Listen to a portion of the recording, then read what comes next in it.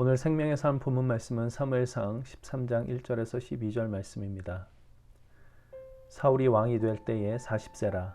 그가 이스라엘을 다스린 지 2년에 이스라엘 사람 3,000명을 택하여 그 중에서 2,000명은 자기와 함께 믹마스와 베델산에 있게 하고 1,000명은 요나단과 함께 베냐민 기브아에 있게 하고 남은 백성은 각기 장막으로 보내니라. 요나단이 게바에 있는 블레셋 사람의 수비대를 치매 블레셋 사람이 이를 들은지라.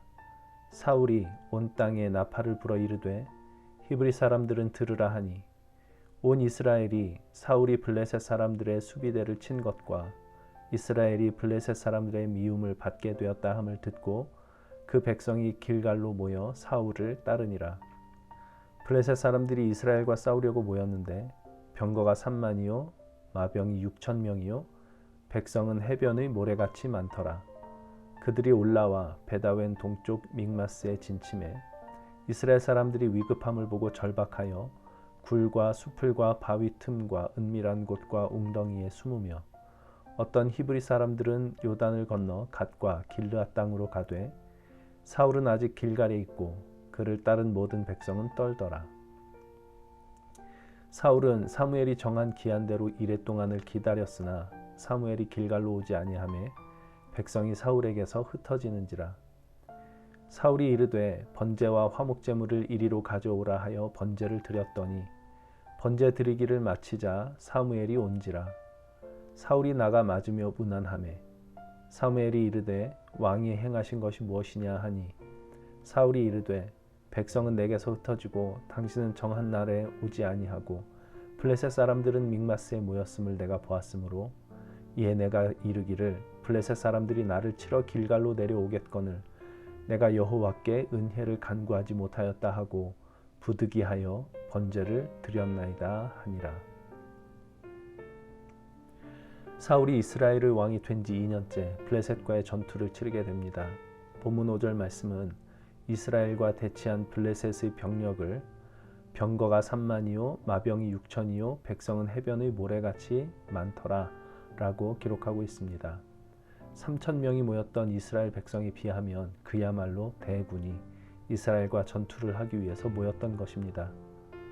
이에 블레셋과의 전투에 참여하기 위해 이스라엘을 따른 이스라엘 백성은 위기감을 느끼며 여기저기로 숨어들었고 두려움에 떨었습니다. 이제 사울은 제사를 주관할 선지자 사무엘이 오기만을 기다리고 있습니다. 하나님께 제사를 드리면 하나님께서 블레셋과의 전투를 승리케 하실 것이라 생각했을 것입니다. 그러나 아무리 기다려도 사무엘 선지자는 오지 않습니다. 백성들이 두려움에 떨며 하나둘 전열에서 이탈하기 시작합니다. 사울의 마음이 조급해집니다. 결국 사울은 끝까지 사무엘을 기다리지 못하고 스스로 하나님 앞에 번제를 드립니다. 기가 막히게도 사울이 번제 드리기를 마치자마자 사무엘 선지자가 도착합니다. 번제가 드려진 광경이 사무엘의 눈에 들어옵니다. 사울에게 묻습니다. 무슨 일을 하신 겁니까? 사울은 서둘러 말합니다. 백성은 내게서 흩어지고 당신은 정한 날에 오지 아니하고 블레셋 사람은 믹마스에 모였고 이제 블레셋 사람들이 나를 치러 올 텐데 하나님의 은혜를 구해야 하겠기에 부득이하게 번제를 드렸습니다. 그런데 사무엘은 이 일로 사울의 왕위가 길지 못할 것이라고 사실상 폐위를 선언하는 그런 내용이 오늘 본문 뒤로 이어집니다. 본래 제사를 집전해야 할 사무엘을 기다리지 못하고 스스로 제사를 집전한 것은 물론 잘못한 것입니다. 그렇지만 그게 왕위가 폐위될 만큼 큰 잘못이었던 걸까? 스스로 제사를 집전할 수밖에 없었던 상황도 어느 정도 납득할 만하고 무엇보다도 제사를 드린 것, 하나님 앞에 번제를 드린 것은 하나님의 은혜를 구한 것이었는데 말이지요. 이 사건에서 사울이 저지른 잘못은 단순히 사무엘 대신 자신이 스스로 제사를 집전했다는 것에 있지 않습니다. 그의 잘못은 본질적으로 하나님을 자신의 욕망을 위한 도구로 사용했다는 데에 있습니다. 앞서 사무엘상 4장에는 이스라엘 백성이 블레셋과의 전투에서 승리하기 위해 언약궤를 가져왔다가 오히려 더욱 크게 패배한 기록이 있습니다. 이스라엘 백성들은 하나님이 우리와 함께 하시면 승리할 것이다 라는 신앙으로 그 언약궤를 모셔왔을 것입니다. 별 문제 없어 보이는 신앙심입니다. 그러나 문제는 저들이 언약궤를 하나님의 함께 하심이라는 그 신앙을 하나님을 하나님으로 모시는 일에 사용한 것이 아니라 자기들의 승리를 위하여 이용했다는 사실이 문제였던 것입니다. 사울은 지금 그와 똑같은 잘못을 저지르고 있습니다. 하나님 앞에 은혜를 구하며 제사를 드리는 것은 아무 문제도 아닙니다. 그러나 지금 사울은 블레셋의 대군 앞에서 전투의 승리를 위해 번제라는 도구를 사용하고 있다는 것이 문제입니다.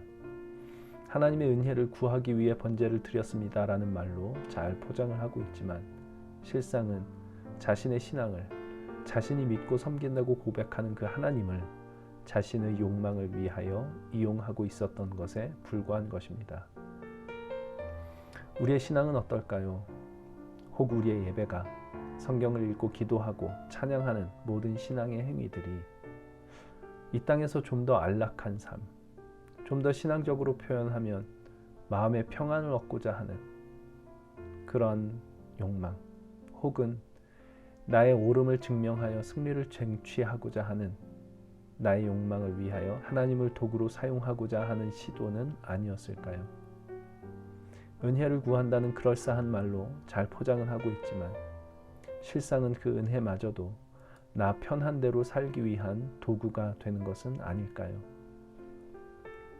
훗날 예레미야 선지자는 성전에 들어와 제사 드리는 자들을 향해 너희가 이 성전에 들어와 제사를 드리는 것은 가증한 일을 하기 위한 것에 불과하다 라고 말을 합니다. 스스로 하나님의 백성이라 여기는 자들이 하나님이 계시다고 믿는 성전에 들어와 하나님께 제사를 드림으로써 자신의 신앙적 책임을 다했다고 생각하고는 성전 바깥에 나와서 하나님과 상관없이 그저 자신의 욕망을 따라 살아가는 모습을 질책한 것입니다.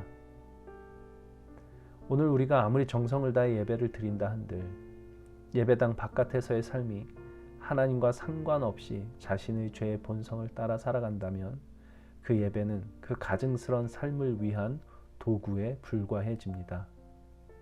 이것이 오늘 사울이 저지른 잘못입니다. 그는 왕위를 박탈당합니다. 우리의 왕같은 제사장의 직분은 괜찮을까요? 하나님은 하나님이십니다. 내가 원하는 것을 얻어내기 위해 이용해 먹을 수 있는 분이 아니라 우리가 절대적으로 그분 앞에 무릎 꿇으며 절대적으로 그분의 말씀과 뜻에 순종해야 할 분이시라는 말입니다. 지난 주일 우리가 열심히 찬양하고 기도하고 예배했던 것이 가증스러운 삶을 위한 도구가 아니라 하나님을 하나님으로 모시기 위한 우리의 진심이었기를 바랍니다. 그것은 그 예배 자체가 증거하는 것이 아니라 오늘 우리의 삶으로 판명될 것입니다. 오늘 우리의 삶이 하나님을 하나님으로 모신 삶, 하나님이 말씀하신 대로 고아와 과부를 돌아볼 줄 알며 나보다 남을 낮게 여기며 겸손한 마음으로 사랑하고 더 많이 용서하는 삶이 되면 좋겠습니다. 그래서 우리가 예배당에서 드렸던 그 예배가 진정한 예배로 판명이 되는 그런 삶이 되면 좋겠습니다. 하나님은 하나님이시라는 사실을 꼭 잊지 말고 기억하게 하여 주옵소서. 나의 욕망을 위해 이용해 먹을 수 있는 분이 결코 아니며 늘 우리가 무릎 꿇고 그 뜻에 순종해야 할 분임을 반드시 잊지 말게 하여 주시옵소서. 내가 정말 하나님의 뜻대로 잘 살고 있는가 물을 때마다 여전히 부족하고 부끄럽지만 오늘 나의 삶이 하나님의 뜻을 기억하기로 하고 그 뜻대로 살고자 발버둥치는 그런 삶이 되게 하여 주사 주일에 드렸던 예배가 가증스러운 예배가 아니라 진실로 하나님을 하나님으로 모시기 위한 진정한 예배였음이 증거되는 그런 우리의 삶이 되게 하여 주옵소서. 그리고 그러한 우리의 삶을 통해 하나님께서만 높임을 받아 주옵소서. 예수님의 이름으로 기도합니다. 아멘.